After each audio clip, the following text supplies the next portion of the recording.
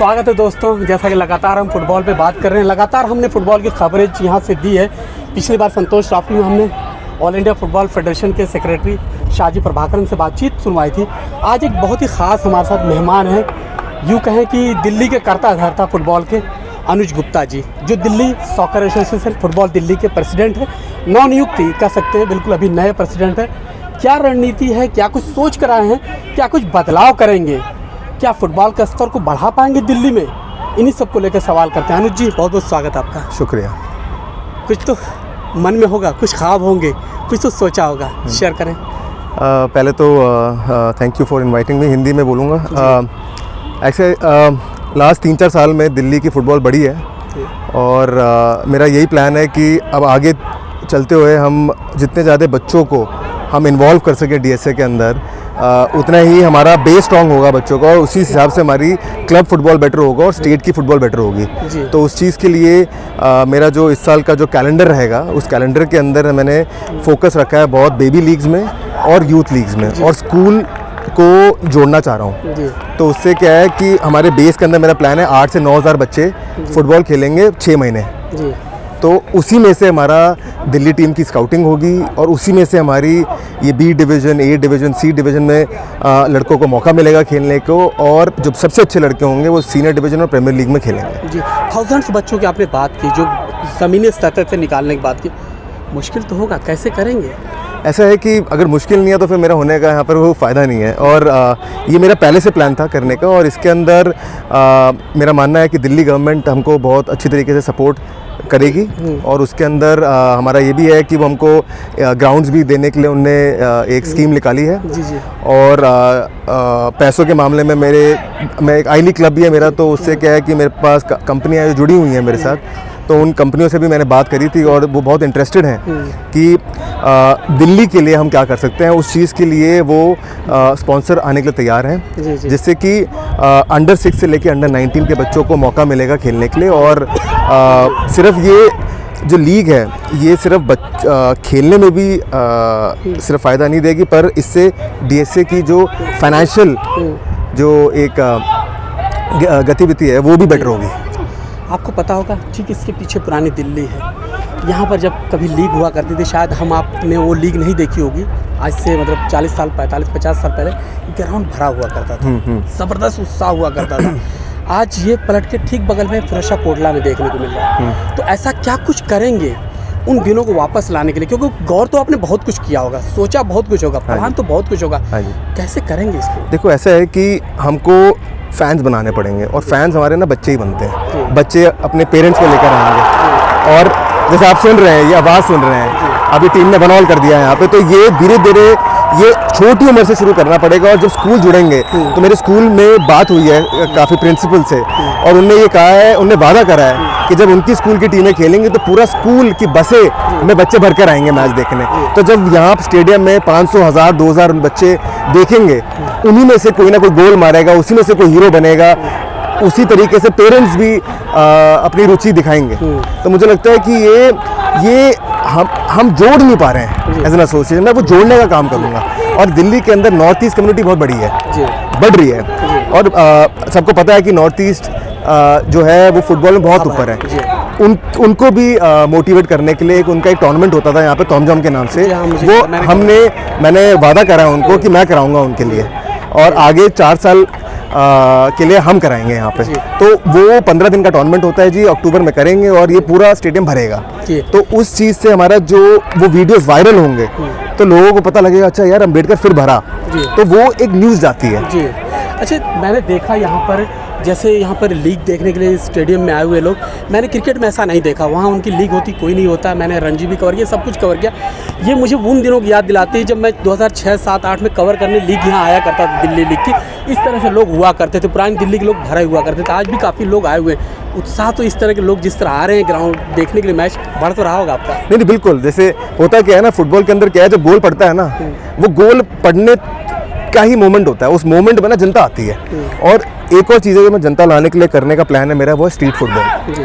पूरे इंडिया में अभी तक मेरे ख्याल से ये स्ट्रीट फुटबॉल का कॉन्सेप्ट डाला नहीं गया। ये अभी रोनाल्डिनो जो वर्ल्ड के मशहूर प्लेयर रह चुके हैं, उनने एक ये स्ट्रीट फुटबॉल लीग वर्ल्ड में शुरू करी है, और वो अब वो इंडिया भी आएगी। ये मेरी एक बहुत बड़ी कंपनी से बात चल रही है कि हम दिल्ली के अंदर एक स्ट्रीट फुटबॉल का कॉन्सेप्ट हम लॉन्च करें। मुझे लगता है अगर हम गलियों तक फुटबॉल ले जाएंगे तो फिर ये लोग स्टेडियम में और आएंगे। तो ये मुझे लगता है कि वो भी एक अच्छी इनिशिएटिव रहेगा जहाँ पे हम और लोगों को जोड़ पाएंगे। जहाँ कुछ बदलाव देखने को अनुज जी मिल रहा है, ऑल इंडिया फुटबॉल फेडरेशन की बात किया, वहाँ भी कुछ बदलाव हुए, प्रेसिडेंट चेंज हुए, सेक्रेटरी चेंज हुए, दिल्ली एसोसिएशन भी चेंज हुए।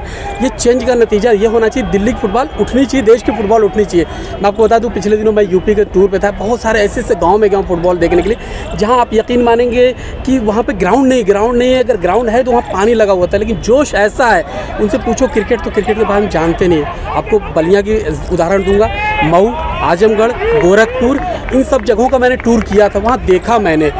तो शौक तो लोगों में है, उसको निकालने की ज़रूरत है। अब एक और चीज़ है, इसी के अंदर मैं गांव से आपने बात करी तो मैं एक इंटर विलेज का ना एक कॉन्सेप्ट होता था दिल्ली के अंदर बहुत पहले, उसके फंड्स भी हैं। अब मैं वो इंटर विलेज का एक टूर्नामेंट लॉन्च करूंगा अपने इस टेन्योर में, और वो हम शुरू करेंगे। दिल्ली में ना 365 विलेज हैं, हमने अगर उन विलेज को जोड़ दिया और विलेज अगर जुड़ गई तो ये स्टेडियम 20,000 का हो या 50,000 का हो, एक गांव की देर है, ये पूरे स्टेडियम भर जाएंगे। तो आपके दो आपने जो जिक्र किया, एक विलेज एक स्ट्रीट, उस पर बात करना चाहूँगा। जो स्ट्रीट की बात की शुरुआत हो रही है, क्या पॉसिबल है दिल्ली में इस तरह का? बिल्कुल, दिल्ली पुलिस से सपोर्ट मिलेगा हमें। और जैसे आपने पुरानी दिल्ली की बात करी, हम पुरानी दिल्ली लेकर चलेंगे ना फुटबॉल, हमें IPL का कॉन्सेप्ट डालना है फुटबॉल में। मैं कहता हूँ 2 घंटे के फुटबॉल देखने का भी टाइम, देखो टाइम से ना अब लोगों के पास टाइम ही बड़ा कम हो रहा है जैसे दिन गुजर रहे हैं। तो हमें गेम को इतना एक्साइटमेंट लानी है कि जल्दी से जल्दी बच्चा पकड़े। तो जैसे कि फुटसाल होता है, वो छोटा गेम होता है, वैसी बीच फुटबॉल, ये छोटे जो ये है ना इनिशिएटिव फुटबॉल के अंदर बड़ा ज़रूरी है। तो सेम चीज़ स्ट्रीट फुटबॉल, जैसे हम क्रिकेट के टाइम पे क्रिकेट की बात करूँ, क्रिकेट के अंदर भी होता था कि भाई सीधा मारोगे चौका है, बाहर मार दिया लेफ्ट पे डायरेक्ट आउट। तो इस टाइप के स्ट्रीट फुटबॉल में रूल्स बनाएंगे हम। तो उस तरीके से क्या होगा कि छोटा गेम होगा, 2v2 या 3v3 होगा, और पुलिस का सपोर्ट मिलेगा क्योंकि हम गलियों के, हम जहाँ पे भीड़ भड़ाका है वहाँ करेंगे छोटे गोल बना के। तो मुझे लगता है कि कहीं ना कहीं उन्हीं में से कोई एक वीडियो वायरल करेगा, कुछ करेगा, तो मुझे लगता है कि ये इनिशिएटिव काम आ सकता है और इसी में से कोई अच्छा स्किलफुल प्लेयर मिल सकता है हमें। जी, ये तो होगी फुटबॉल के उत्थान की बात। अब थोड़ा सा स्टेट फुटबॉल पे आता है। हाँ जी, आपकी राज्य की टीम है, आपकी लीग है, B डिवीज़न चल रही, पीछे हम देख रहे हैं इससे पहले A डिवीज़न हुई। आपने फुटबॉलर को देखा होगा खेलते हुए, क्या जो वर्तमान आपकी फुटबॉल है उनका स्तर कैसा आपको लग रहा है? क्योंकि हमने पीछे देखा संतोष ट्रॉफी में टीम गई, इस ज़मीन पे दिल्ली में खेला था, टॉप किया था, पहुंची थी मेन में, वहाँ भी कुछ मिला जुला प्रदर्शन था। तो वर्तमान में क्या लग रहा है? मुझे लग रहा है कि दिल्ली की जो टीम ओवरऑल बेटर परफॉर्मेंस हो रही है, और मुझे लगता है अच्छी इसलिए भी होंगी क्योंकि दिल्ली प्रीमियर लीग के अंदर अब कम से कम 8 टीमें ऐसी हैं जिनके पास पैसा भी है और जो अच्छा खर्चा करती हैं बच्चों को डेवलप करने में, जिनकी सिर्फ लीग के लिए अकेडमी नहीं चल रही, उनकी पूरे साल भर अकेडमियाँ चल रही हैं। तो वो बच्चे डेवलप हो रहे हैं, क्योंकि स्टेट हो या कंट्री हो सर, वो टीम जब भी अच्छा करती है जब जो क्लब्स होते हैं ना वो बच्चों को बनाते हैं और स्टेट बेस्ट बच्चे लेती है। यही कॉन्सेप्ट है। जब नेशनल टीम भी होती है तो जो क्लब के बच्चे होते हैं वो ही नेशनल टीम में जाते हैं। सेम कॉन्सेप्ट स्टेट का है। तो मुझे क्यों लगता है अच्छा करेगी, क्योंकि दिल्ली में अब प्रीमियर लीग में जितनी भी टीमें देख लो आप, अब सब अच्छा खर्चा करती हैं और वो लड़कों को डेवलप करती हैं। सीनियर डिवीजन के अंदर भी ये आ रही है। तो मुझे लगता है ओवरऑल लेवल फुटबॉल का बढ़ गया और कॉम्पिटिशन क्रिएट हो गया। जितना कॉम्पिटिशन बढ़ेगा उतना ही गेम बेटर होगा। अच्छा, इसे कैसे आप देखते हैं विदेशी खिलाड़ियों को लीग मिलना, खेलने का? ऐसा IFF ने पिछले दिनों अपनी प्रेस कॉन्फ्रेंस में कहा था कि जो ज़्यादा मौका अपने खिलाड़ियों को देना चाहते हैं ताकि वो जो हमारा फ्रंट लाइन है वो मजबूत हो सके। इसको कैसे आप देखते हैं? देखो, ये तो बहुत अच्छा डिसीजन है और ये तो मैं बहुत सालों से बोल रहा हूँ कि सिर्फ टॉप डिवीजन या टॉप 2 डिवीजन में फॉरेनर्स अलाउड होने चाहिए, क्योंकि वो AFC का रूल है। जी। उसके नीचे जितनी भी लीग हैं उसमें फॉरेनर्स अलाउड नहीं होने चाहिए, क्योंकि ये जो फॉरेनर्स खेल भी रहे थे इंडिया में, ये कोई टॉप लेवल के फॉरेनर्स नहीं थे। ये आधे स्टूडेंट्स आते थे या बूढ़े हो चुके हैं, वो खेले जा रहे हैं, तो वो डेवलप नहीं कर रहे फुटबॉल को। बल्कि जो की पोजीशंस होती हैं फुटबॉल में, स्ट्राइकर, मतलब नंबर 9, नंबर 6, स्टॉपर बैक, इन पोजीशन पे फॉरेनर्स आ जाते थे। तो जो बच्चा 6 साल से खेल रहा है और अंडर 18 के बाद जब क्लब में जाता है तो उस पोजीशन में तो उसको मिलती नहीं जगह, तो वो बेंच पे आ जाता है या अपनी पोजीशन चेंज कर देता है। तो वहाँ पर हमने भी लॉस द टैलेंट और आगे पीढ़ी को, वो आगे पीढ़ी खेलने नहीं चाहेगी उसमें जी, वो ट्रायल में आएगी नहीं उस पोजीशन पे, उसको पता है मेरा फ्यूचर तो भैया उस पोजीशन पर है ही नहीं। जी जी जी जी। तो इसीलिए बड़ा अच्छी चीज़ है जो इनने करी है, क्योंकि अब जाके हमको स्ट्राइकर मिलेंगे। जी। गोल तो स्ट्राइकर ने मारना है जी, डिफेंडर ने बचाना है। अब इन पोजीशन में फॉरनर्स खेल रहे थे, तो यानी इसको आप देख रहे हैं आने वाले कुछ समय बहुत बाद अच्छा स्ट्राइकर decision। बेहतर अरे। मिल सकेंगे। अब 2-3 बहुत महत्वपूर्ण सवाल हाँ हैं, इसके लिए मैं आपका इंटरव्यू कर रहा हूँ। हाँ। एक तो बच्चों की फाइनेंशियल प्रॉब्लम होती है, हाँ। रोजगार से भी उनको जोड़ना है, उनको अपना कैरियर भी देखना है, क्योंकि उनका घर भी चलाना है। इसको कैसे आप करेंगे ताकि बच्चों को मतलब फाइनेंशियल प्रॉब्लम न हो पाए?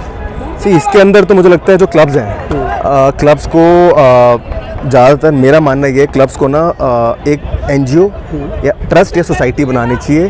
क्यों? क्योंकि उनको CSR 3 साल की रजिस्ट्रेशन के बाद वो CSR मांगने के लिए काबिल हो जाते जी हैं। हाँ। तो ये मेरा एक एडवाइस है सारे क्लबों को, कंपनियां ना बनाएं, कंपनियों के बजाय आप ट्रस्ट या सोसाइटी बनाएं और 3 साल के रजिस्ट्रेशन के बाद आप CSR मांगे। इंडिया में सारी बड़ी कंपनियां जिनके 5 करोड़ से ज़्यादा प्रॉफिट है, उनको 2% टोटल प्रॉफिट का देना पड़ता है CSR में, और CSR के अंदर स्पोर्ट्स आता है, एजुकेशन के अंदर, तो बहुत पैसा पड़ा हुआ है।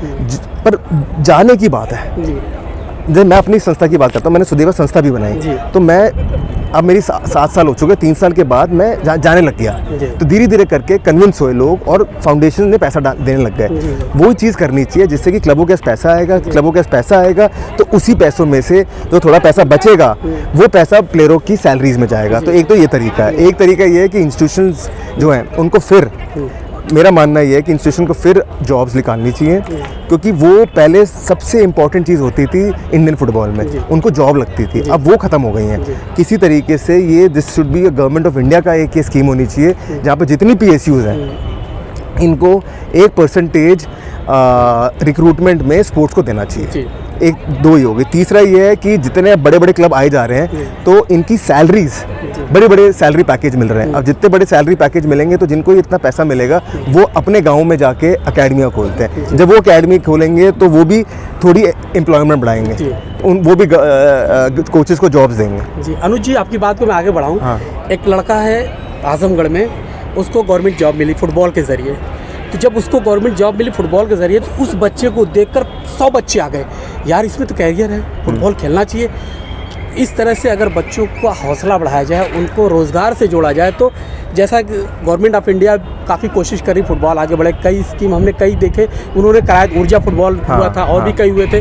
तो अगर इस तरह से जोड़ा जाए तो कुछ हो सकता है। बिल्कुल बिल्कुल, मेरे को लगता है कि कोचिंग एक बहुत ही अच्छा माध्यम है एक प्लेयर को अपना फ्यूचर प्रोटेक्ट करने के लिए। सारे प्लेयर तो बनेंगे नहीं, पर प्लेयर जब ये ना, सारी डेवलप फुटबॉल नेशन का एक प्रिंसिपल है कि जैसे जो भी अच्छे प्लेयर होते हैं वो अपनी कोचिंग लाइसेंस करते रहते हैं। तो मेरा भी मानना ये, जितने प्लेयर हैं इनको सारे EDCB लाइसेंस करने चाहिए। B लाइसेंस आपके 3 साल में हो जाता है। आपका करियर तो बड़ा होता है, 3 साल में आप ये लाइसेंस कर लो। लाइसेंस कर लोगे फिर आपको 100% कोई ना कोई स्कूल अपनी एज अ कोच रख लेगा। मैं दिल्ली गवर्नमेंट से भी मेरी डिस्कशन चल रही है इस चीज़ में कि आपके 300 से ज़्यादा स्कूल हैं गवर्नमेंट के, वहाँ पर भी आपके जो टीचर्स हैं उनको ट्रेनिंग करने के लिए हम तैयार हैं, और हमारे कोचेज़ आपके टीचर्स जो फुटबॉल में इंटरेस्टेड हैं उनको हम ट्रेन करेंगे, और किसी तरीके से दिल्ली गवर्नमेंट इन कोचेज़ को हायर कर ले कॉन्ट्रैक्ट बेसिस। जी, अंतिम 2 सवाल पूछूँ आपसे। रोज़गार की बात होगी, उत्थान की बात होगी, दिल्ली की फुटबॉल की बात होगी। अब थोड़ा सा ग्राउंड की बात कर लेते हैं। हमेशा से मैंने देखा, 20 साल से मैं ही कवर कर रहा हूँ, हमेशा जो भी यहाँ पे रहा है ग्राउंड का रोना रहा है, आप माने ना माने, क्योंकि ये भी ग्राउंड आपका अपना नहीं है, DSA का कोई अपना ग्राउंड नहीं है। बिल्कुल। इस रास्ते पे चलते हुए आप क्या कुछ कर रहे हैं, क्या सोच रहे हैं, क्या इन फ्यूचर DSA का अपना ग्राउंड हो सकता है, कुछ है इसके बारे में? अपना ग्राउंड के लिए ना ज़मीन लॉन्ग लीज पे चाहिए, क्योंकि फीफा का भी एक स्कीम है, वो ऑल इंडिया के थ्रू करती है कि अगर आप एक प्रपोजल डालते हैं कि जहाँ पर आपके पास 30 साल से ज़्यादा की लीज़ है, तो आप AFF से वो प्रोजेक्ट अप्रूव करा सकते हैं कि फीफा के थ्रू वो फंडिंग आए और आप वो ग्राउंड बनवा सकें।